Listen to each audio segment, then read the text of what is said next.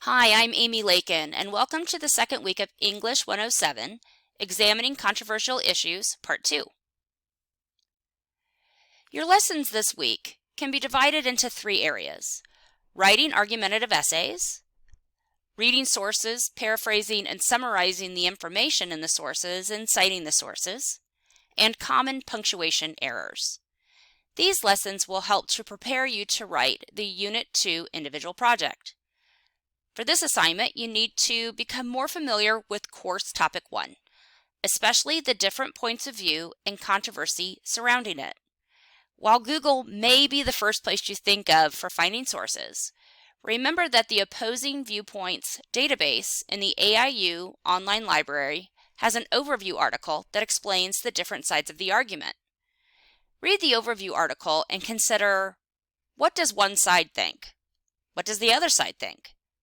What basic reasons and evidence surround the different points of view?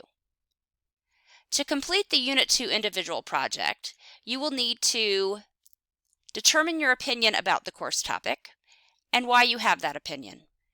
You will also need to explain how and why someone would disagree with you, which is called the opposing view.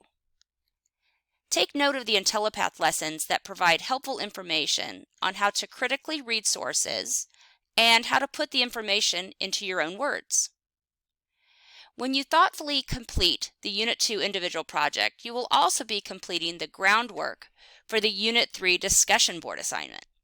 Keep in mind that you and your classmates will debate Course Topic 1 in next week's discussion board, and you will need to state and defend your opinion and counter-argue the opposing view.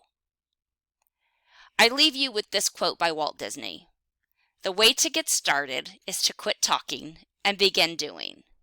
Do your best this week, and I'll see you next week.